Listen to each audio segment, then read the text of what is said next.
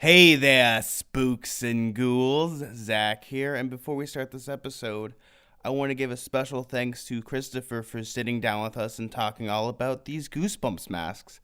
Now, for all those people that don't know what Trick or Treat Studios is they are a company that produce high-grade Spooky Dukes Halloween masks. They have a bunch of licenses from Halloween to the Twilight Zone to Goosebumps. And I have to say, some of them are the best masks. I have a couple in my room right now, and every time I look at them, every time I go to a horror convention, I'm just like, my wallet's like, no, Zach. But I'm like, I must have this Halloween 3 Season of the Witch pumpkin mask. Yeah, I have one of those now. It's amazing. It's high grade. This isn't an endorsement. But before I start this episode, we do have some Spooky Dukes special announcements at the end of this episode, so please stay tuned. One thing I'd like to say, though, is that we did record this audio through Skype, so if you hear any weird little inconsistencies, please disregard them, because what Christopher has to say is more important, really, than the quality of the audio, even though it's still really good. I just would like to give you guys a fair warning. Thanks, guys, and thanks, Trick or Treat Studios. Listeners, beware! You're in for a scare.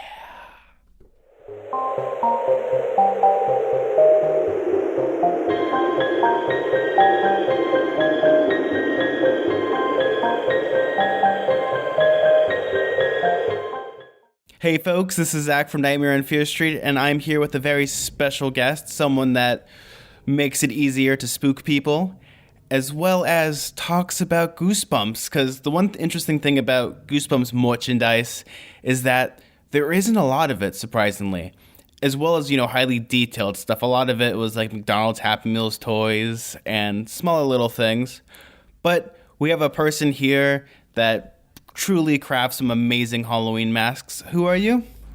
Chris Zephro from Trick or Treat Studios. Yes, I met Chris during Midsummer Scream when I was just like, look at all these Halloween masks, and I saw this Goosebumps, and I'm just like, I need to buy all of these. My wallet doesn't thank me, but I need to buy all of these, just because as a Goosebumps collector, it's very hard to find good Goosebumps merchandise, and I have to say, you guys have some of the best. It's very quality. So how did you acquire the license for Goosebumps?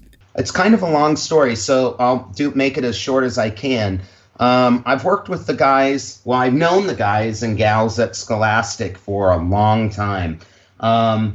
We had talked at a licensing convention about picking up the license for costuming for the masks, and that was probably about, I want to say 4 years ago, but we got so busy with some other stuff that it kind of went on the back burner, but it had always been something we had wanted to do. And then the following year we had met again, and they had the movie on the release schedule, so they weren't going to want to license the covers, the book covers, which is what we were interested in, and instead wanted to license the movie. Yes. And we're pretty cautious with new movies. I used to work in the motion picture distribution for many years, and I've never met an executive that said the movie that's coming out next summer is going to be a piece of garbage.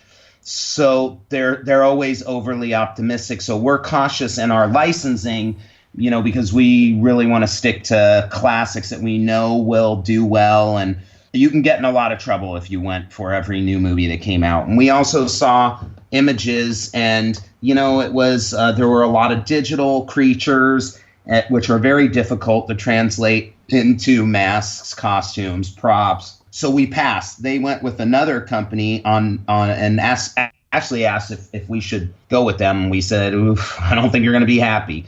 But anyway, the following year we met yet again. And they said, you were right, that company was an absolute disaster, and we're ready to give you the book cover license. So that's where we started and had our first release year this year. And then I met with them again this year to say the new stuff that we want to go to. Then they also said that they're making a part 2 of the Goosebumps movie, and they begged us to do the masks and costuming for the movie, and we agreed to do it this time because the film did get good reception and it was a good movie.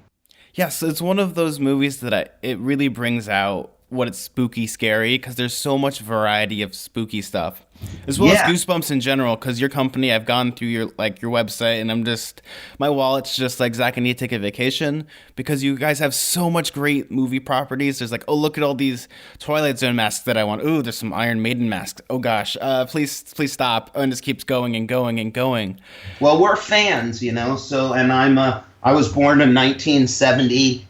And exposed to a lot of, horror was my passion growing up. So, I know there's a lot of folks like me. So that was kind of our catch in terms of product licensing. We also, with the Goosebumps, we also liked the look of the show. So, we did the first haunted mask we did was a latex version. And that was based on the actual television show where the vacuform mask is based on the book cover. So we were really happy that not only did this license include the motion pictures, but it also included the TV series, which I enjoyed very much, as well as the book covers. And, the books to my daughter, and then she picked them up and started collecting them when she was, younger. Yes. So, Chris, why don't you tell us a little bit about Trick or Treat Studios? Because I've always see you guys at so many conventions and horror-related places. It's really interesting. Well, so, we started 8 years ago. I was working in corporate America in an insanely high-paying job and hated every second of it. I used to look at my watch and ask myself if I could leave without anybody noticing.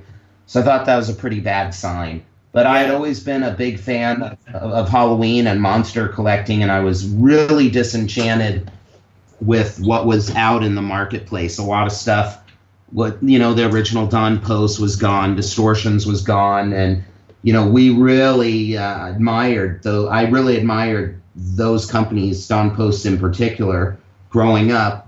And I just felt that there was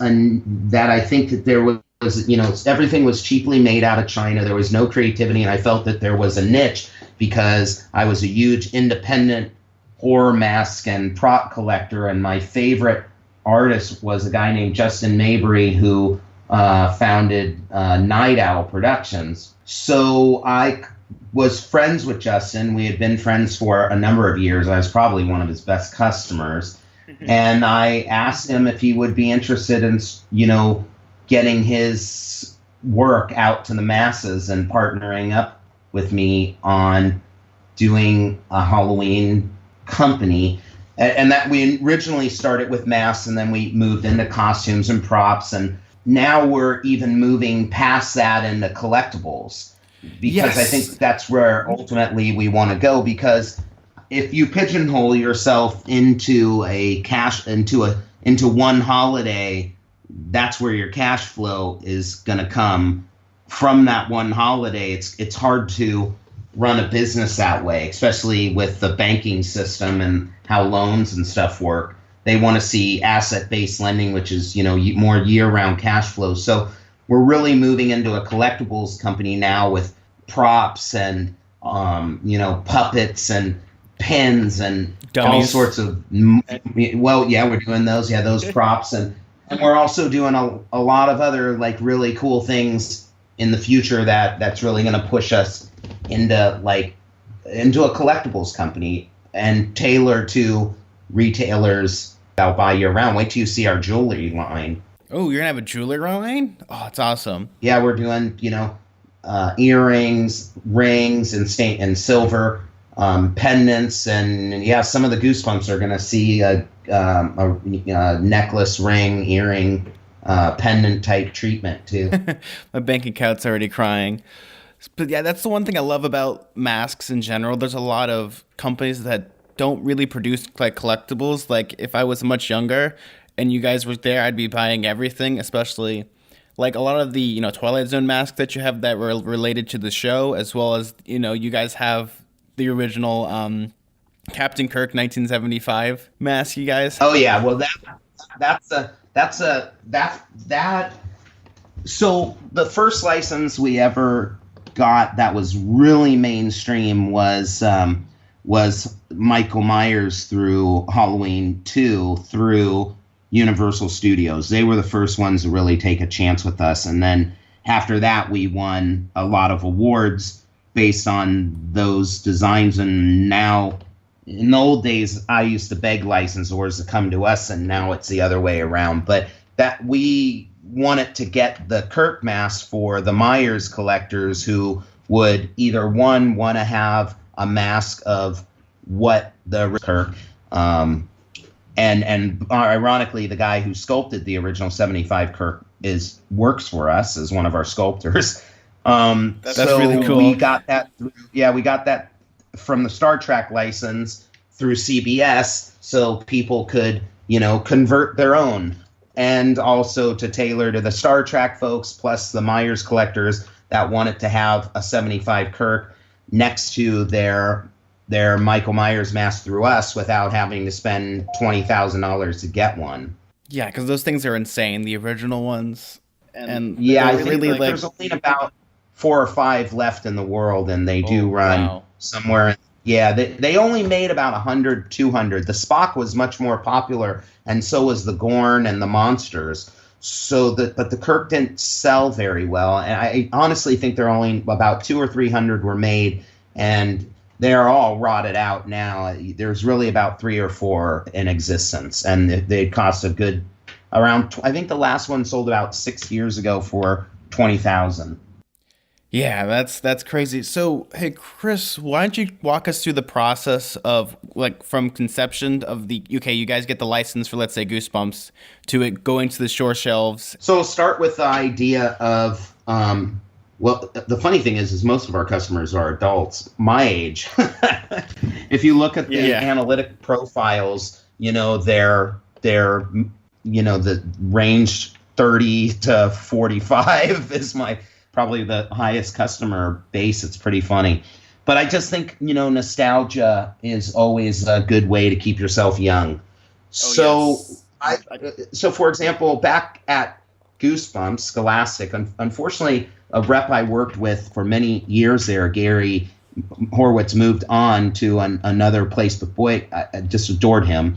So we would start with an idea, say, hey, we want to do the book cover of the Haunted Mask, and we would submit that to them and say, hey, we want to do this, and we want to do it as a vacuum form. We also want to do it as an enamel pin, and want to do it as a latex mask, and they're wonderful, so they say, yeah, go for it. So then we do a sculpture, typically in wet clay if we're talking a mask, and then that sculpture is submitted to Scholastic for approval, if they want some changes or tweaks here and there. But we do have the best sculptors in the world, headed by the team that Justin created as our VP of Art Direction. And we've also got about 6 or 7 Academy Awards winners on the team. So usually there aren't many changes. Yeah, you can and then we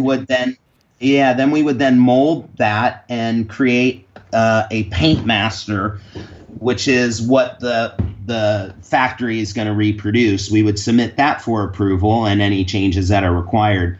And then we would send tooling and paint masters to our factory, whichever factory we decide is going to produce the product. They would then give us 5 production samples that we would get. And then based on our toolings, with the toolings, they can make molds. And they can make 25 masks per mold. And then once we get approval of the production sample, then we go to full production, and we base our production quantities on, we really are a make-to-order house. There's a handful of trade shows that we do worldwide, and based off of those trade shows and pre-orders on our website, we make that quantity and maybe a little additional inventory, which is why we encourage people, if they want them, to get them soon, because by Halloween we're pretty much sold out. And then the masks come here, and then they're distributed to retailers and to end users. Yeah, that's wonderful. When they announced your Goosebumps lineup on Dead Central, when I went to go purchase it, it was already like pretty much sold out. Yeah. So All of them are in stock now, except I think the Slappy the Slappy Latex and the Slappy Puppet are still in pre-order. Yes, because I'm most definitely buying that Slappy dummy. Because my uncle, we watched it. This is when I was like 9 or 10 years old, and his joke was that he would buy one of those and put it in my bed.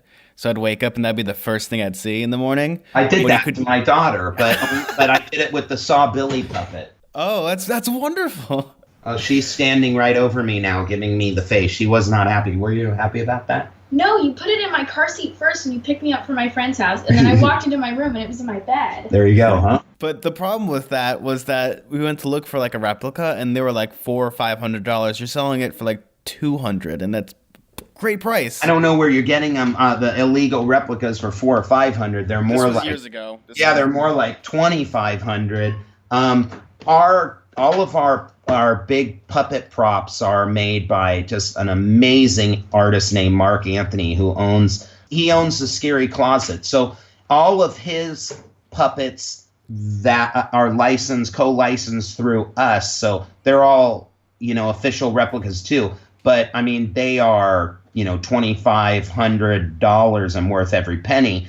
But, you're talking about a real wooden posable figure where we've got a foam latex body and latex head.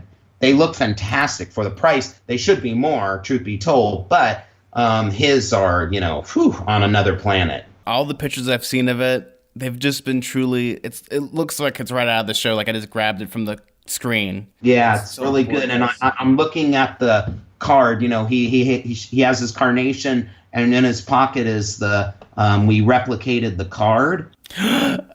So that if you read the Karu, Mari, Odana, Lama, Molanu, Carano, and forgive me if I pronounce it incorrectly, he will come to life. Well, hopefully you pronounced it incorrectly so he doesn't come to life. In fact, I think he holds it in his hand.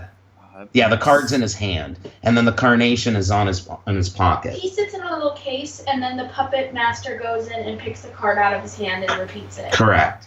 So, Chris, what are your future plans? Because you told me at Midsummer Scream that you're coming out with a second wave. Our listeners are very eager to hear what's coming next from Trick or Treat Studios. As far as the Goosebumps line, I can tell you right now that we just submitted the Haunted Mask 2 sculpture, which is fantastic. That's going to be done as a full-size latex mask.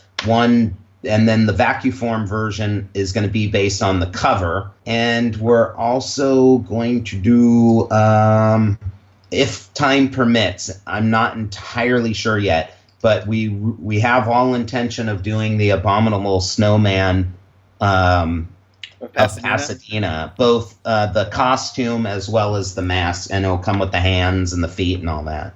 That's super wonderful. I'm excited for all the stuff that's coming out because, like I said before, when the movie came out, there was no merchandise at all. And for a collector, it was horrible, and that was the problem. There was one really bad costume that came with a even worse vacuform mask.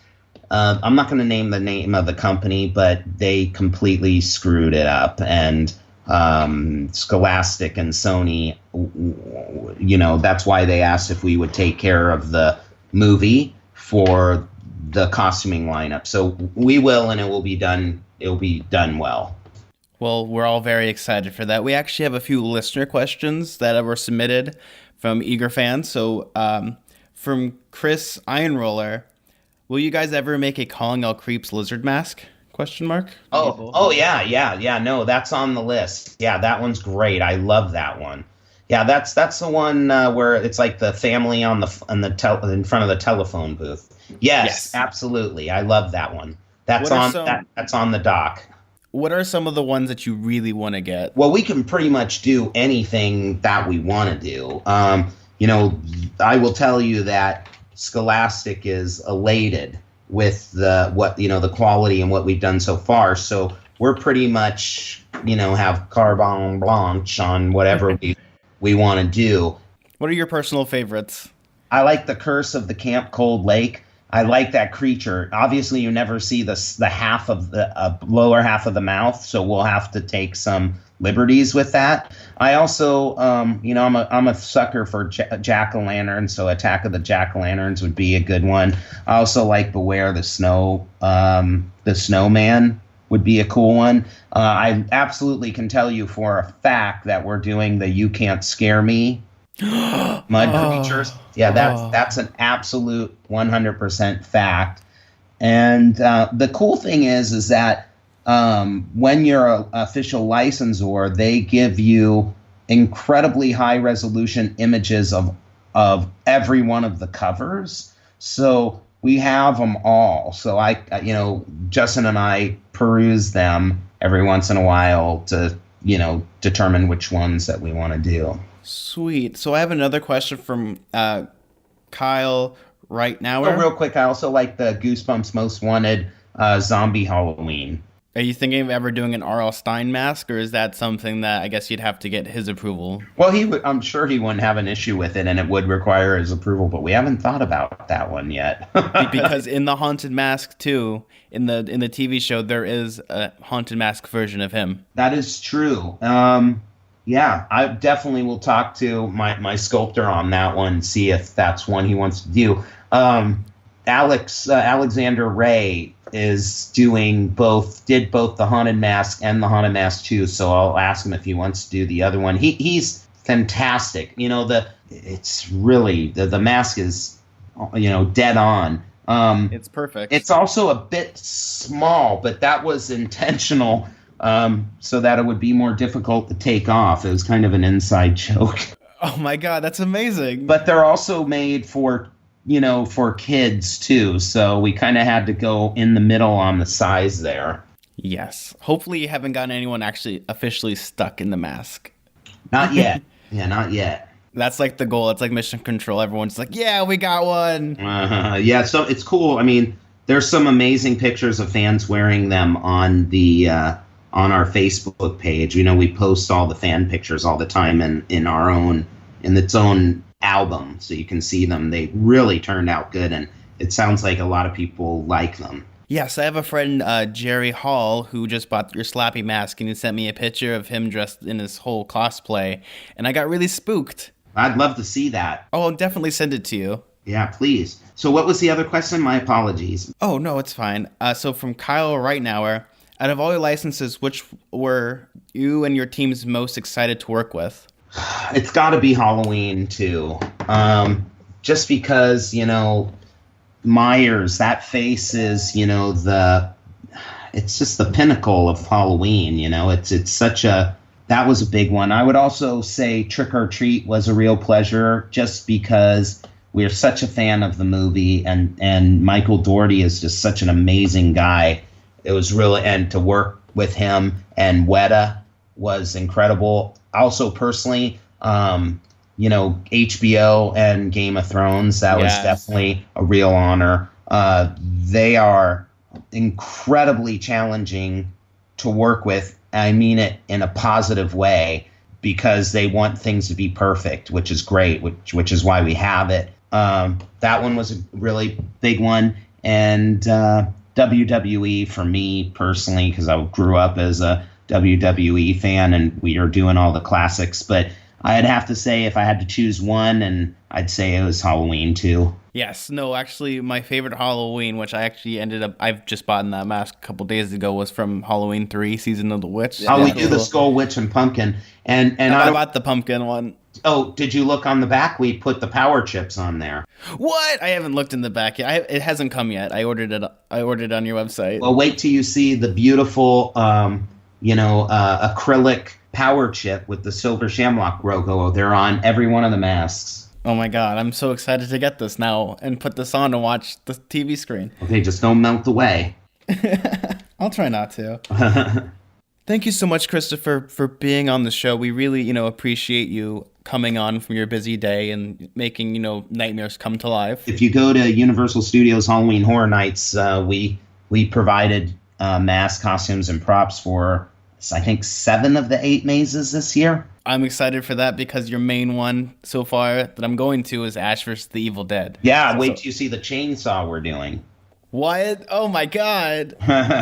Unfortunately, we can't talk about the other mazes because they aren't released yet, but I'm truly excited to experience what you guys have to offer. Well, I think they released the Terror Tram, which is Freddy, Jason, and Chucky, and then and Texas Chainsaw Massacre, which we also do, and they also, I think they announced Evil Dead, Ash vs. Evil Dead. They announced The Shining. Oh yes, you're right. And I don't know what else they announced, and I don't want to say it because I know all of them.